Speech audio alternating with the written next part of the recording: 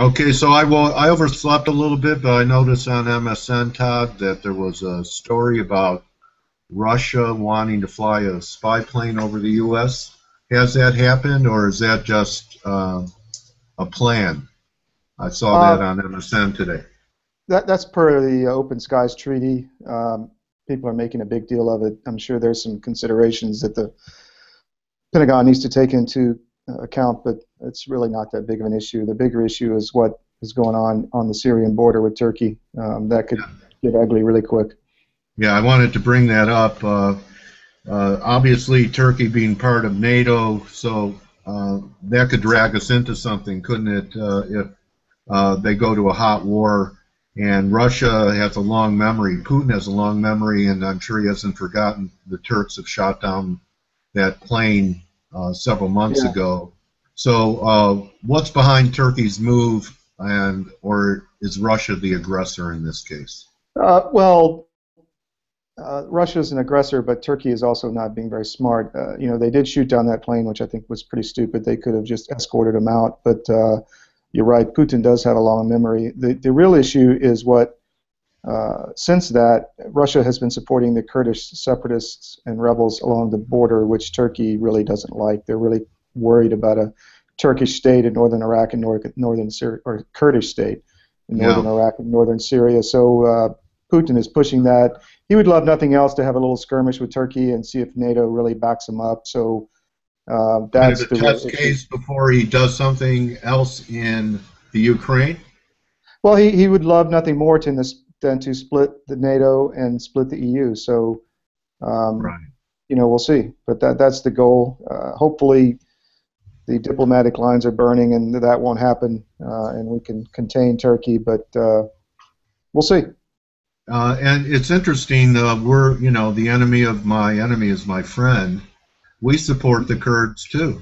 So We there sure do. are, we're allies with Turkey when it comes to down to NATO, but we're allies with Russia when it comes down to the Kurds. This is the most confusing geopolitical situation I've seen in my lifetime.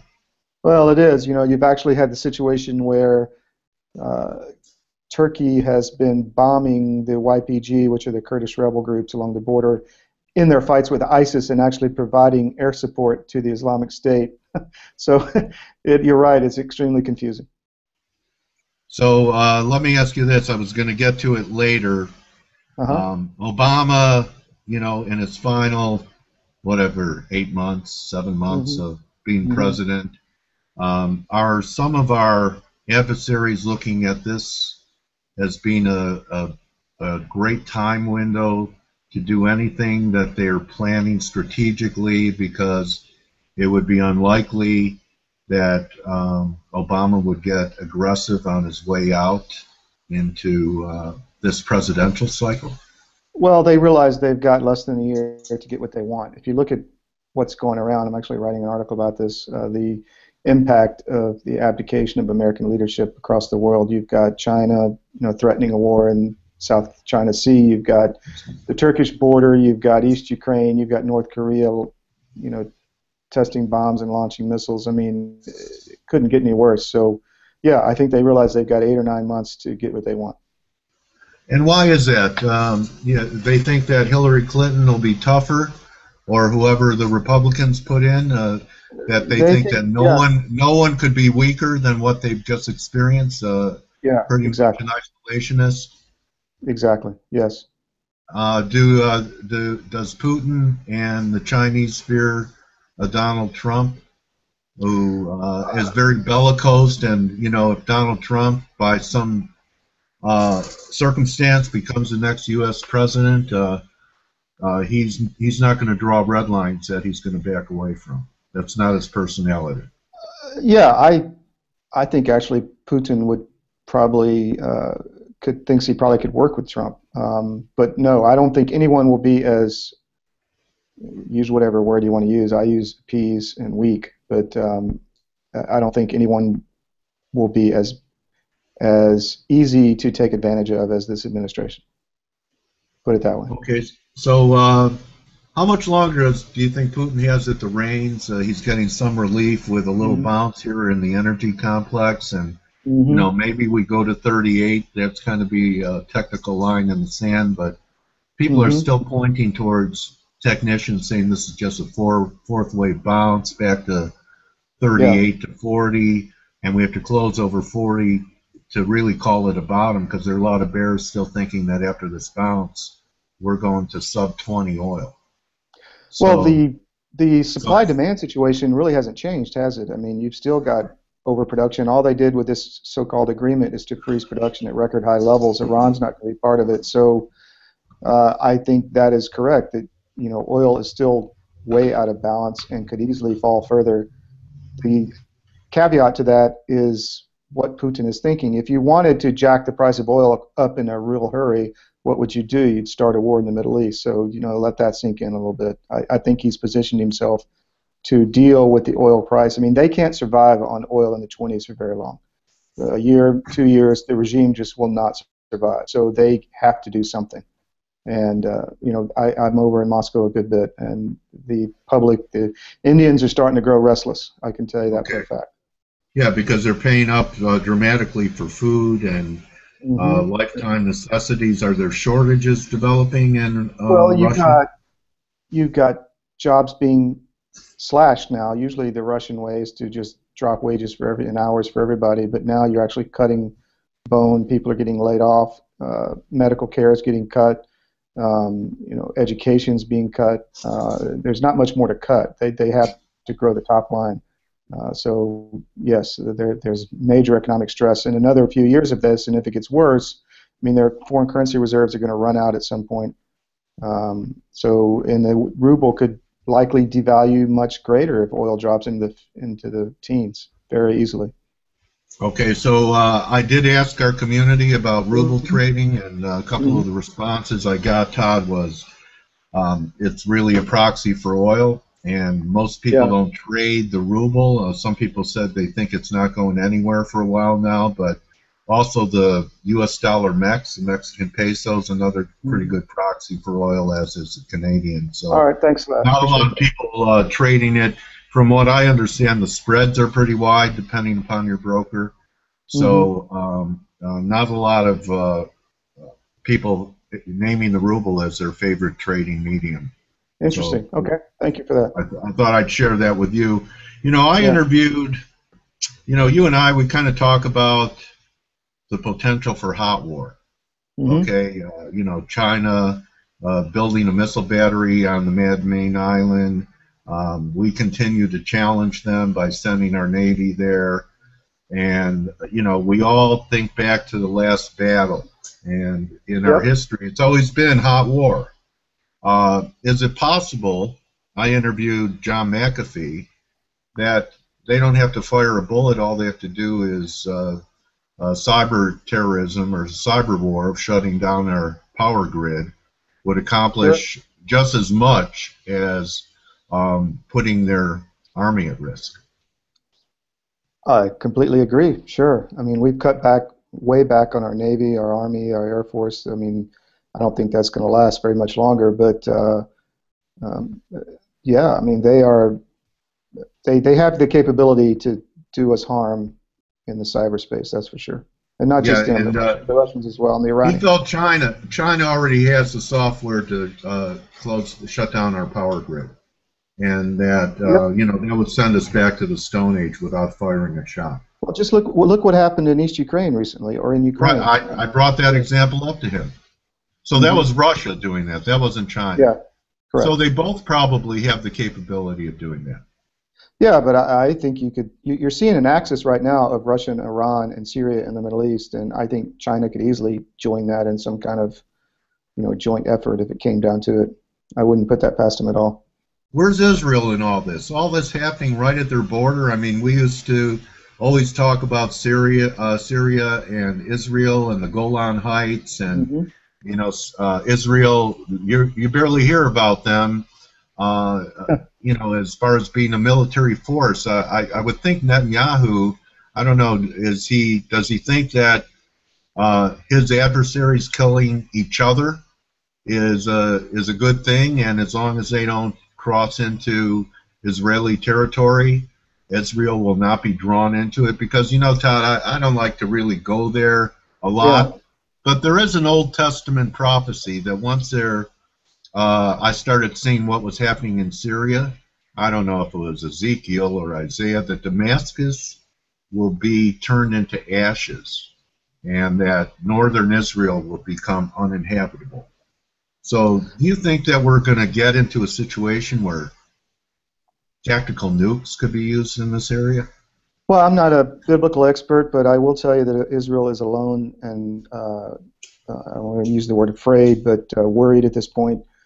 People have to take a 30,000-foot level and look at what's going on, where Iran, Syria, and Russia have just reorganized the entire Middle East from the Levant all the way to Tehran, through Baghdad, through Iraq. So Iran and that axis are really controlling things now. And what Iran and Russia, or actually Russia, has recently done is open up its weapons depots, which are huge now in Syria, to Hezbollah in exchange for intelligence information on the ground.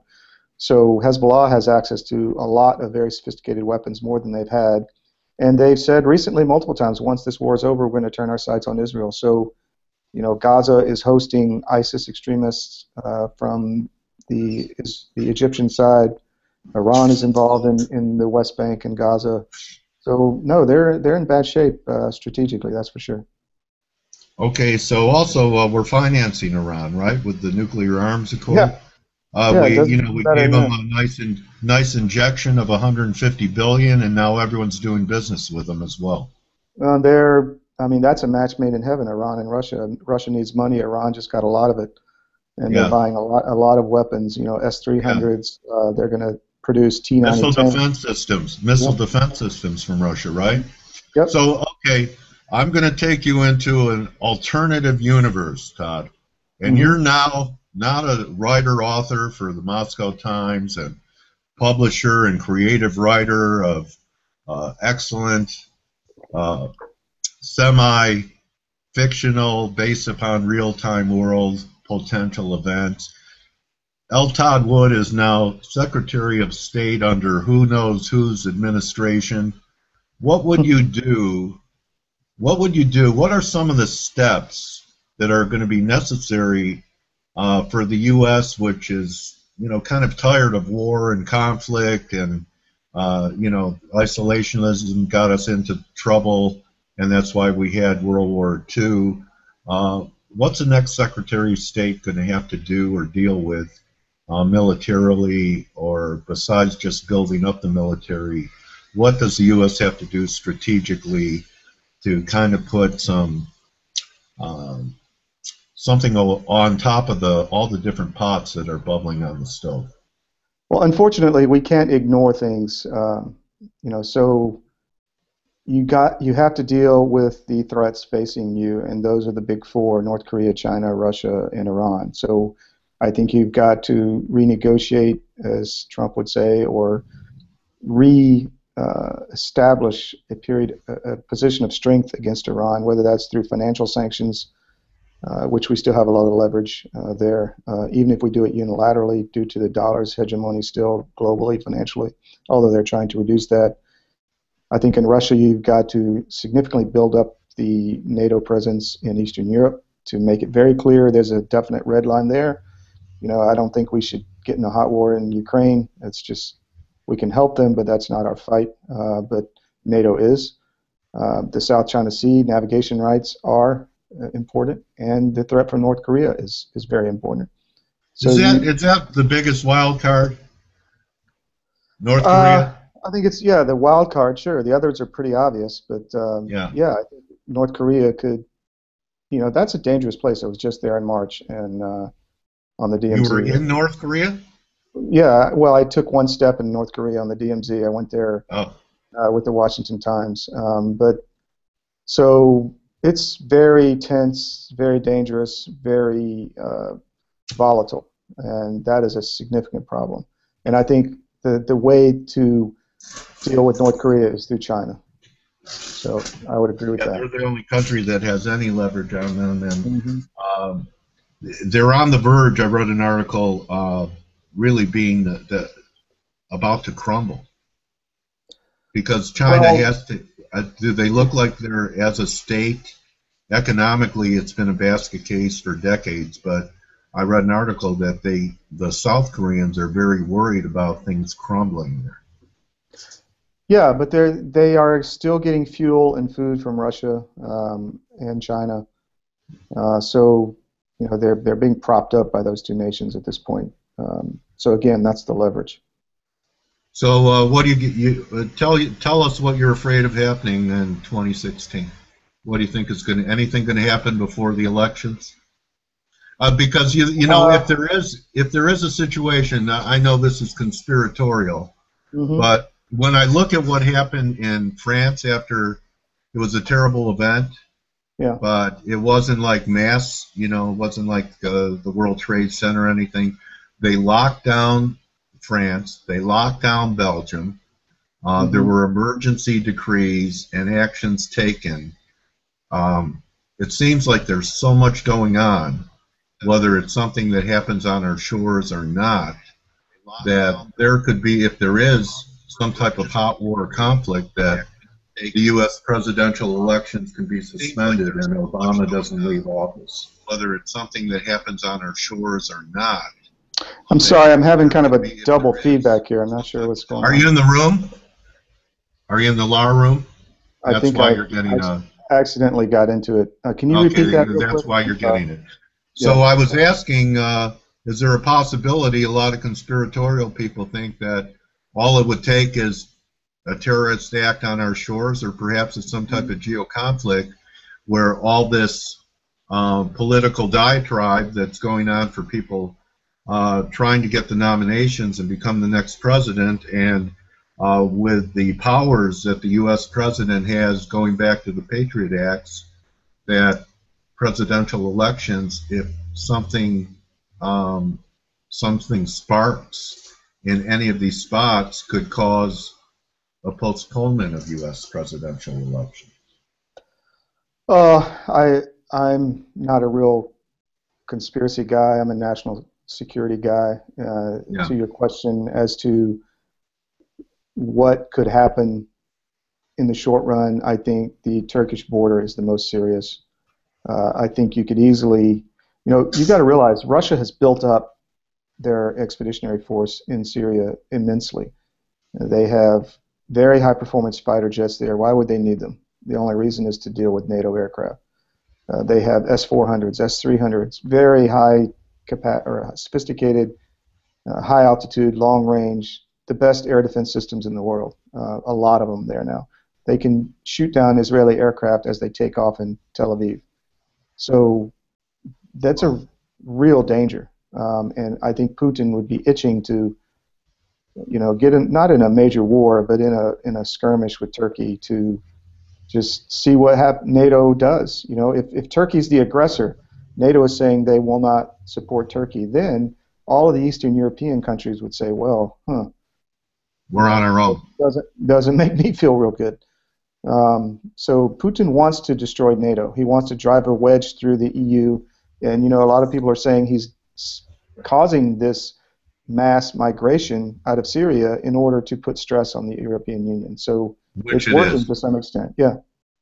Yeah, which it is. What a great interview, Todd. So, you have any new projects going on that you want to make people aware of? Yeah, well, my website is always the best to order signed copies or whatever of my books. I have a new novel coming out called Motherland, which it's been coming out for a while, but it should be out soon. Just some slow editing going on, illness with the editor, but that should be out very quickly. And I have a new, part of the Washington Times website called Threat Assessment, where I put out real-time stuff daily. In addition, so you're writing for them too. You're writing for them too now. That's my main gig at this point, is writing for the Washington Times. Not as much so for Moscow Times. Yeah, it's just. Are you hedging yourself, Todd?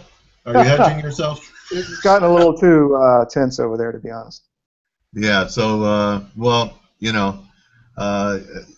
it's getting tense over there. But to a guy who flew choppers for special forces and and even now at your older age, it still takes one step into the demilitarized zone into North Korea.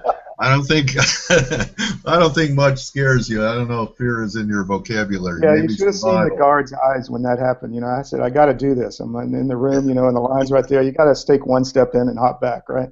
That's the headline of this interview, Todd. I'll tell you. Todd steps into North Korea and survives. So great to talk to you, and thank you All for right. updating us on what we should be paying attention to on our globe, Todd. All right. Take care, Dale. Have a good All day. right, buddy.